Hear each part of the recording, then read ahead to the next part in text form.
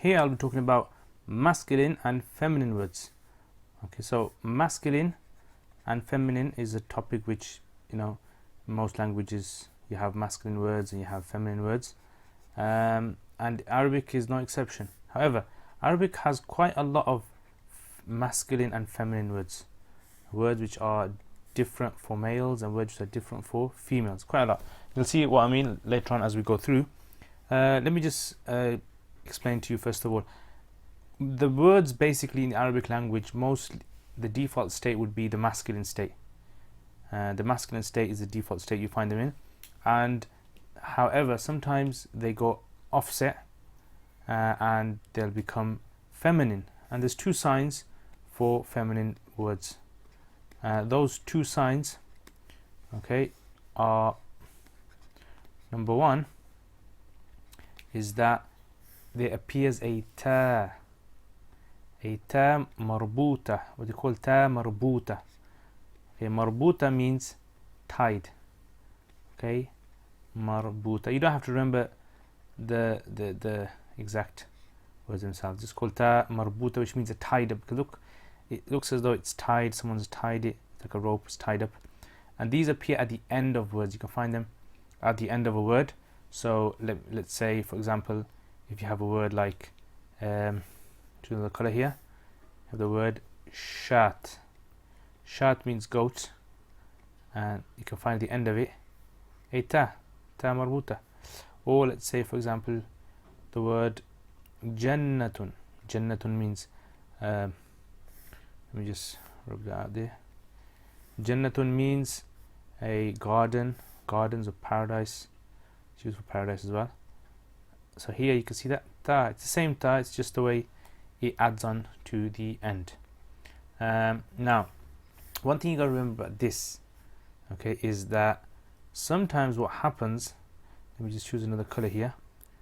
Sometimes what happens is that the word itself, let's say the word talha. Talha is a word, it's a name actually. Talha, it's a name of a man. However, it's got a ta at the end. So the word may be feminine, it's a feminine word, but the meaning it's used, the person it's used for may be a male.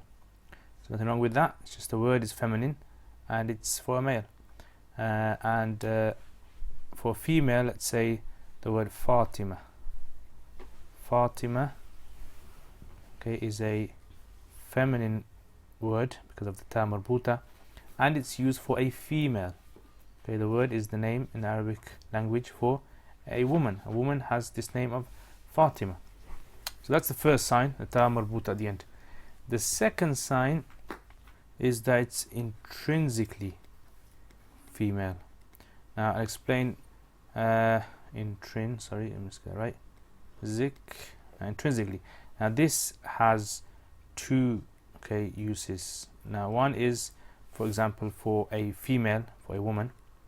So it's intrinsically for a woman, someone female. So there is female, woman, it's used for that. So for example, the name Zainab. Okay, that's in Arabic, that's how you write Zainab. Zainab. Now here, there's no sign of any female on there. No sign. Okay, but we just know that this is a woman's name, and therefore we treat the word as a female word. And the second is, for example, the sun. Okay, it's a good example.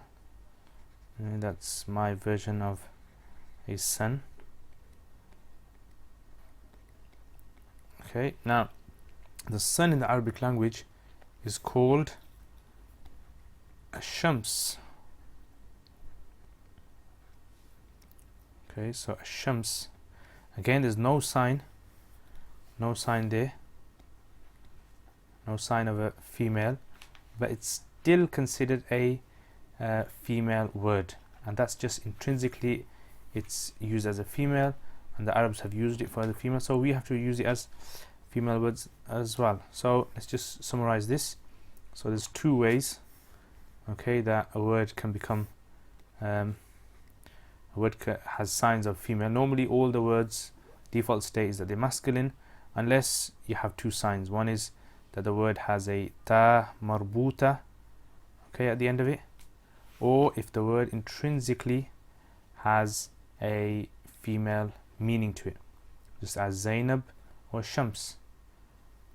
Now, just one more thing that I want to mention here. Let me just move this a bit up. Now, the issue with the ta here. Okay, let me just choose another color. Okay, the issue with the ta. Sometimes in Arabic word you have a word like an adjective or something like that, which we're going to discuss later on. So let's say we have the word salih. Okay, salih. Salih means pious in Arabic language, or befitting, or has several meanings. So let's use the word salih as pious.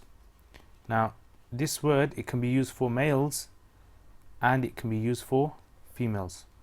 If you want to use it for a female, a woman, when I say she is pious, then what you would do is you would add to the end of it a ta. Okay, so add ta, okay, for female. So you would get, so let me just write this, sa li, let's get another color, ha. Okay, salih, that's supposed to be a ta there, sorry about my writing. Sa li ha, salihah. Now this here, it actually becomes the end of the word. Okay, this that we talked in the previous clips about the end of the word, this letter is the end of the word, and here is where the vowel will change. It won't change on the ha anymore because of this ta. It's now moved, okay, over to here. Let me just move this bit down. Let's try another example here. Okay, so let me just get a color. Let's say the word abid. Abid means a worshipper, and this is the male version of it. Okay, this is the male version, abid, and the female, okay, have a guess, what do you think it'd be? It would be abi, and with the ta at the end, abida. Okay, so you have the word here, abi, and the ta is over here, and now if you put the vowels on, the vowels would come abidun here, and on here abida. The dal would not be considered here as the vowel change, for the vowel to change. Here the ta would change, abidatun. Okay, hope that makes sense.